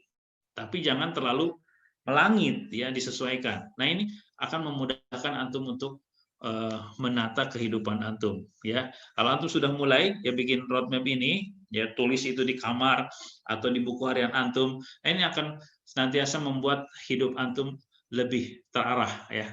Insyaallah gitu ya. Insyaallah. Insyaallah. Gimana Akhi Hadi terkait jawaban dari Ustaz? Insyaallah. Alhamdulillah. Baik, ini ada 2 pertanyaan lagi nih Ustaz di kolom chat kita nih. Saya bacakan ya Ustaz. Assalamualaikum warahmatullahi wabarakatuh. Salam. Afwan, moderator izin bertanya. Saya Sasti dari LDK Damui yang Palangkaraya. Di sini saya 2 pertanyaan Ustaz. Nah, ada 2 pertanyaan nih Ustaz. Yang pertama, tadi ada disebutkan bahwa untuk mensucikan diri kita perlu untuk menghidupkan amalan-amalan hati, diantaranya ada rasa khauf dan juga mahabbah. Nah, dalam 2 rasa tersebut, manakah dulu yang harus pertama kita tumbuhkan? Kemudian pertanyaan yang kedua, kita ketahui jika kita sedang berkumpul dengan teman-teman soleh-solehah, pasti kita akan lebih semangat dalam beribadah. Namun bagaimana jika kondisinya seperti sekarang, Ustaz, di mana kita diharuskan berada di rumah dan juga membuat kita jauh dari mereka, rasa yang sangat lebih sulit untuk istiqomah, Ustaz. Lalu apakah cara yang harus kita tempuh agar iman kita tidak meredup walaupun hanya berdiam diri di rumah? Seperti itu, Ustaz. Siap. Oke. Antara mahabbah dan khauf ya. Jadi Anda ingin sampaikan ini ya. Ibadahnya hamba ya, kita semua kepada Allah Subhanahu wa taala itu, para salafus saleh itu membagi menjadi 3 jenis ya. Ada ibadahnya seorang pedagang ya, ada ibadahnya seorang budak, dan ada ibadahnya seorang bijak ya. Seorang pedagang itu dalam beribadah dia senantiasa mengukur dengan untung dan rugi. Nah, gitu ya. Jadi dia tuh beribadah, lihat dulu fadilahnya apa nih. Wah, ini fadilahnya ini lalu dikerjakan. Pokoknya dia hitungannya untung rugi ya. Nah, senantiasa dia beribadah itu berharap balasan dari Allah, baik balasan di dunia maupun di akhirat. Nah, salah nggak ini? Tidak salah. Orang beribadah seperti pedagang tuh nggak salah, ya, nggak salah. Dia hitung-hitungan tuh. Saya misalnya sholat duha nanti dibukakan pintu rezeki. Saya berinfak nanti dapat balasan 700 kali misalnya. Dia hitung-hitungan seperti pedagang. Nanti saya dapat surga Aden tadi yang mengalir sungai di bawahnya. Nggak apa-apa. Dia beribadah karena termotivasi akan adanya jaza balasan berupa kenikmatan, baik surga maupun kenikmatan-kenikmatan di dunia. Ini nggak apa-apa. Ya. Ada orang yang beribadah seperti seorang budak. Seorang budak itu melakukan pekerjaannya karena takut sama majikannya. Ya, takut disiksa, ya takut nggak dikasih makan dan sebagainya. Ada orang-orang ya yang beribadah kepada Allah tuh seperti budak karena takut kepada Allah, khauf, karena takut, ya takut azab Allah, takut siksa Allah, takut neraka, ya takut nggak berkah dan sebagainya. Boleh nggak ibadah? Boleh, boleh. Kita beribadah atau menghindar dari maksiat karena takut, ya karena takut itu boleh. Tapi para ulama mengatakan, ya ada yang ketiga ini, yaitu orang yang beribadah, orang yang bijak. Orang yang bijak itu beribadah karena rasa syukur kepada Allah. Rasa syukur yang itu biasanya lahir dari mahabbah, dari kecintaan. Seperti tadi misalnya Rasulullah Shallallahu Alaihi Wasallam saat qiyamul lail, saat tahajud sampai kakinya bengkak-bengkak, ditanya sama Ibunda Aisyah, kenapa engkau ibadah seperti ini padahal engkau sudah dijamin masuk surga, ya. Surganya udah jelas Rasulullah itu, bahkan sudah dinampakkan waktu Isra Mi'raj itu, dinampakkan surganya Allah, ya. Surganya Allah untuk Rasulullah itu dinampakkan, ya. Tapi ibadahnya masih luar biasa, ya, sampai bengkak kakinya, ya. Maka Rasulullah mengatakan, afala kunu abdan syakura, apakah aku tidak termasuk orang yang bersyukur? Jadi ibadahnya Rasulullah itu karena syukur. Nah, ini yang bagus. Kita beribadah karena dapat kenikmatan sehat, lalu kita ibadah. Dapat waktu sempat, lalu kita ibadah, ya. Nah, ini biasanya lahir dari mahabbah, dari kecintaan. Jadi kalau pertanyaan antara khauf dan mahabbah, tentunya didahulukan mahabbah. Gini ya, kalau sudah kita itu cinta, maka kita akan mampu melakukan apapun, ya, bahkan di luar kewajaran. Kalau sudah dasarnya cinta, kita akan bersungguh-sungguh. Ya, misalnya antum ya mencintai seseorang gitu ya, itu biasanya kan disuruh apa aja gitu ya sama yang kita cintai. Oh, kita siap melakukannya. Hujan, panas, terik, matahari, kita siap untuk melakukannya karena dorongan cinta. Dorongan cinta itu lebih kuat daripada rasa takut, ya. Jadi kalau Ana memberikan pendapat, dahulukan mahabbah, dahulukan kecintaan kepada Allah. Itu yang akan memudahkan. Karena gini ya, ibadahnya yang didasari dengan mahabbah sama didasari dengan takut juga akan berbeda. Kalau kita didasari dengan mahabbah, kita itu akan ikhlas, akan tenang, akan damai beribadah karena dari kecintaan kita. Ya. Tapi kalau rasa takut, ada rasa keterpaksaan, ya, ada kekhawatiran, gitu ya. Ini karena rasa takut, ya, rasa takut yang melatar belakangi. Tapi kalau sudah mahabbah, antum akan ringan melakukan ibadah-ibadah. Yang kedua, bagaimana caranya ini masa pandemi ini? Sementara kita kan kalau kumpul sama orang soleh itu juga kita bisa tambah keimanan kita. Nah, kita seorang muslim itu nggak boleh mati gaya ya dalam mempertahankan keimanan kita. Kita tahu bahwa Rasulullah pun bersabda, al imanu yaziduna wa yanqus, ya. Iman itu kadang bertambah, kadang berkurang, ya. Yaziduna bertambah karena bitoah, ya, wa yanqus bil maksiat. Kita bertambah iman kita karena ketaatan dan berkurang karena maksiat. Bagaimana caranya di masa pandemi? Tentunya ini banyak cara yang bisa kita lakukan. Pertama, tentunya kita manfaatkan. Ini kan biasanya masa pandemi kita sering berlama-lama dengan gadget, ya, berlama-lama dengan gadget. Maka manfaatkan fasilitas gadget itu untuk senantiasa mendekatkan diri kepada Allah, ya.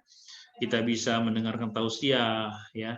Kita bisa mendengarkan pesan-pesan yang bermanfaat dan sebagainya, ya. Yang kedua, berkumpul dengan orang soleh gimana caranya? Kita senantiasa, ya, masuk di komunitas-komunitas kebaikan, ya. Berkumpul dengan orang itu kan sekarang tidak harus secara fisik, ya. Bisa kita berkumpul di WA group, berkumpul di Instagram, ya, berkumpul di Facebook, tapi cari grup-grup yang bermanfaat. Komunitas-komunitas kebaikan. Misalnya ada komunitas anti pacaran, nah, ikut di dalamnya. Sehingga diskusi-diskusinya akan senantiasa mengingatkan kita untuk tidak berpacaran. Misalnya ada komunitas anti riba, ikut di dalamnya. Misalnya WA group ada pembelajaran bahasa Arab, tahsin Quran, tahfidz. Ya, banyaki grup-grup di WA kita itu grup-grup kebaikan, sehingga senantiasa saat kita buka WA, kita baca itu hal-hal yang bermanfaat, ya. Jadi ini nggak boleh mati gaya, ya. Orang Muslim, ya, nggak boleh mati gaya. Kondisi pandemi tidak menyurutkan kita untuk senantiasa berinteraksi dengan saudara-saudara kita, ya, dan akhirnya kita bisa saling mengingatkan, ya. Bahkan kan bisa pakai video call, bisa pakai Zoom seperti ini, ya, diskusi, ngobrol tentang tema-tema kebaikan. Insya Allah masih bisa kita lakukan, ya. Demikian, ya. Semoga bermanfaat. Insya Allah. Luar biasa, Ustadz. Gimana Ukhtina Sasti untuk jawaban dari Ustadz tadi? Baik, insya Allah jelas. Jazakallahu khairan kasiran Ustadz atas jawabannya. Alhamdulillah. Oke, Ustadz, ini ada 2 pertanyaan, ya, Ustadz. Dan saya kira ini pertanyaan terakhir deh. 2 pertanyaan ini karena kita waktunya juga, ya, Ustadz. Siap. Pertanyaan yang pertama ini dari siapa ini? Yurika dan Kak Indah, ya. Oke, Assalamualaikum warahmatullahi wabarakatuh. Assalamualaikum warahmatullahi wabarakatuh. Afwan Ustadz, saya izin bertanya, bagaimana menghilangkan sifat yang berburuk sangka kepada orang lain yang disebabkan oleh menilai orang hanya dilihat dari yang dilihat saja, seperti itu. Gimana Ustadz? Ya. Ini menarik. Dan ini biasanya kadang kita itu ini godaan dalam kehidupan kita itu berprasangka buruk kepada orang, ya. Berprasangka buruk kepada orang. Bagaimana sih cara menghilangkannya? Ya, ini menarik. Tentunya yang pertama, biasanya sesuatu yang buruk keluar baik dari mulut kita, baik dari pikiran kita, tentunya ada kekotoran dalam hati kita, ya. Maka mari bersihkan dulu hati kita. Bersihkan hati kita dengan senantiasa salamatus sadar, berlapang dada, ya. Karena ternyata salamatus sadar, berlapang dada, terus berprasangka baik dan memaafkan orang lain, ini menjadi kunci masuk surga, ya. Ada sebuah kisah dalam sahabat zaman Rasulullah, ya. Tiba-tiba Rasulullah mengatakan akan datang calon penghuni surga. Tiba-tiba datang seorang Ansor, datang membawa sendalnya dengan bekas air wudhu, ya. Besok harinya Rasulullah mengatakan akan datang calon penghuni surga. Yang datang itu lagi sahabat Ansor itu. Sampai hari ketiga itu ada sahabat yang sengaja datang terlambat. Dia berharap sebelum dia masuk, Rasulullah menyebutkan akan datang calon penghuni surga. Ternyata sampai dia duduk nggak disebut-sebut.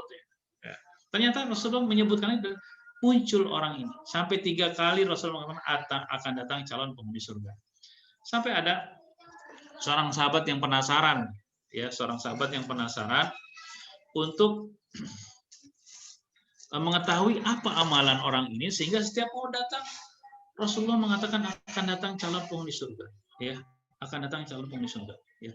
Maka dia dengan beralasan, ya, alasan lagi bermasalah di keluarganya, dia mau nginep 3 hari, ya, karena batas nginap bertamu itu 3 hari, ya.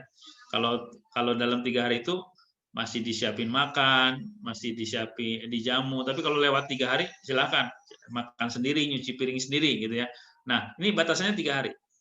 Nah, dia masuk ke rumah, minta izin untuk nginap 3 hari. Lalu dia awasin, kok sholat malamnya biasa-biasa saja, tilawahnya biasa-biasa saja, zikirnya biasa-biasa saja. Apa amalan dia ini sehingga kok Rasulullah menyebutkan dia ini calon penghuni surga? Sampai sudah 3 hari dia nggak dapat, akhirnya dia izin mau pamit, ya. Tapi akhirnya dia terus terang, sebetulnya saya ini nggak ada masalah di keluarga, cuman saya ini penasaran. Setiap kamu datang ke majelis Rasulullah mengatakan akan datang calon penghuni surga. Tapi kulihat amalan-amalanmu biasa-biasa saja, gitu sahabat. Kata sahabat ini, sahabat Ansor yang dikatakan Rasulullah, ya itulah amalan saya. Apa yang kamu lihat itulah amalan saya. Tapi dia mengatakan, tapi mungkin kalau ada amalan yang membuat aku masuk surga yang disebutkan oleh Rasulullah, mungkin aku nih punya amalan setiap sebelum tidur senantiasa berbaik sangka kepada saudara-saudaraku, memaafkan orang-orang yang telah menzalimiku, dan berlapang dada terhadap sikap-sikap mereka. Ternyata berlapang dada, berbaik sangka, dan memaafkan itu menjadi kunci masuk surga. Nah, sekarang ini saya sampaikan dulu supaya kita termotivasi untuk berbaik sangka.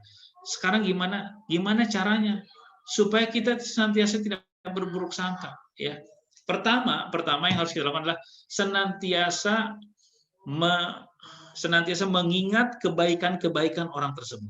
Ya, kalau kita misalnya berburuk sangka kepada teman kita, saat kita akan berburuk sangka, senantiasa ingat kebaikan-kebaikan yang dia lakukan. Baik kebaikannya terhadap kita, atau kebaikan yang dia lakukan untuk Allah ataupun untuk orang lain. Saat kita mau berburuk sangka nih, oh dia nih ahli sholat, ahlus sholah, ya. Oh dia nih rajin puasa. Oh dia nih ahli berzikir. Oh dia nih orangnya sopan. Akhirnya berkurang tuh buruk sangka kita. Itu yang pertama. Yang kedua, biasanya buruk sangka itu kan persepsi dalam diri kita. Yang kedua, ini yang penting, kalau kita akan berburuk sangka kepada orang lain, kita coba ya berpikir jika orang lain pun memikirkan hal yang sama terhadap kita kira-kira suka nggak? Suka nggak?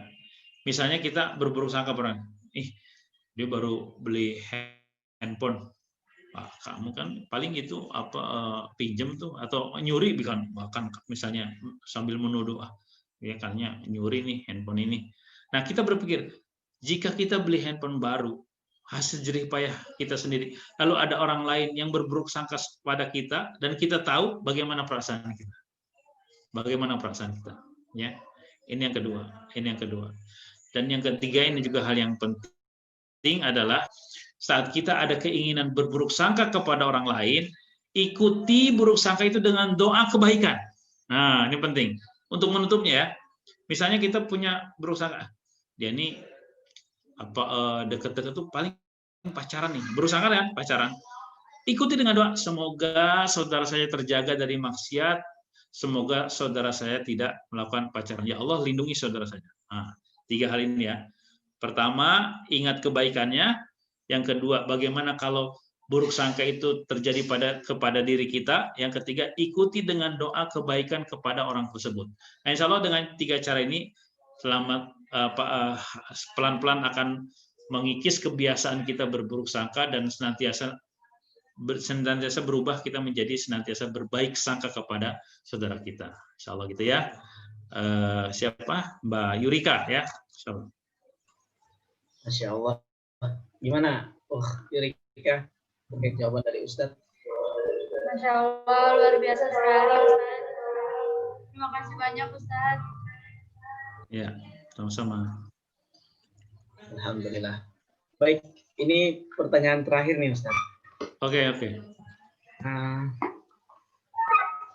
Assalamualaikum warahmatullahi wabarakatuh. Waalaikumsalam. Afwan Ustadz, mohon maaf sebelumnya saya Khairani Al-Ma'mun, mahasiswa Stikes Husada Borneo, Banjarbaru.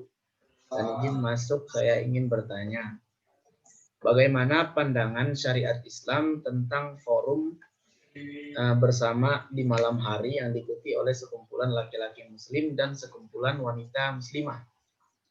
Mohon penjelasannya Ustadz. Gimana itu Ustadz? Forum bersama di malam hari. Ini forum bersamanya tentang apa? Diskusi kayaknya ini Ustadz. Diskusi ya. Oke. Okay. Ya. Untuk sebuah kehati-hatian, ya. Untuk sebuah kehati-hatian, kalau bisa kita hindari berkumpul antara laki-laki dan wanita, terutama di malam hari. Terlebih-lebih tanpa ada mahramnya, ya. Tanpa ada mahramnya. Apalagi itu hal yang tidak mendesak, ya. Hal yang tidak mendesak. Itu lebih baik dihindari karena ingat, setan akan senantiasa mencari celah. Walaupun misalnya alasannya rapat, ya, rapat organisasi misalnya, atau diskusi dan sebagainya. Biasanya setan itu senantiasa mencari celah, ya. Kalau saya itu batasi ya kepada istri ya di rumah itu untuk pertemuan-pertemuan di luar itu batasannya maghrib, ya. Batasannya maghrib. Maghrib harus ada di rumah, ya. Itu udah mepet itu misalnya kemalaman itu maghrib, ya. Kalau bisa pertemuan-pertemuan di malam hari, kumpul ikhwan akhwat itu dihindari. Kalau ini ya dihindari. Apalagi sesuatu yang sangat tidak urgen misalnya.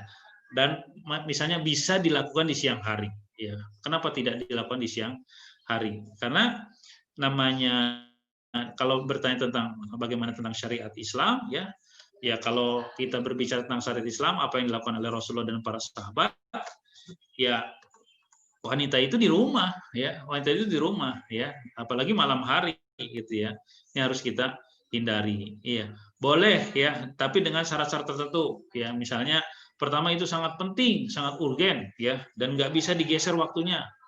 Yang berikutnya kalau bisa ada mahram yang menemani, ya, ada mahram sehingga tidak ada fitnah, ya, sehingga pertemuan itu bisa senantiasa dihadiri oleh mahramnya, ya. Nah, ini yang berikutnya kalau bisa tempatnya terbuka, ya, jangan di ruang tertutup yang itu akan menimbulkan syak wasangka atau fitnah, ya. Tapi itu pun memang kalau sudah terpaksa, tapi sebaiknya itu dihindari untuk pertemuan-pertemuan forum antara ikhwan dan akhwat di malam hari, ya.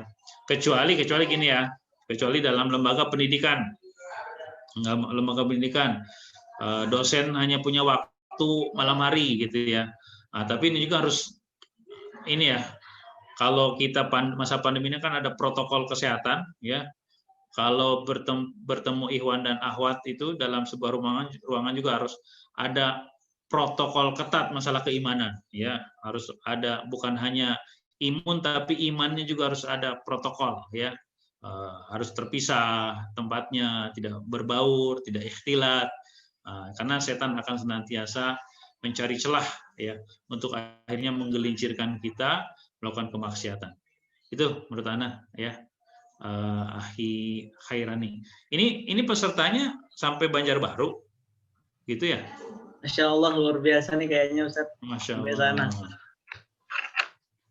Baik, bagaimana Akhina Khairani terkait jawaban dari Ustadz terkait masalah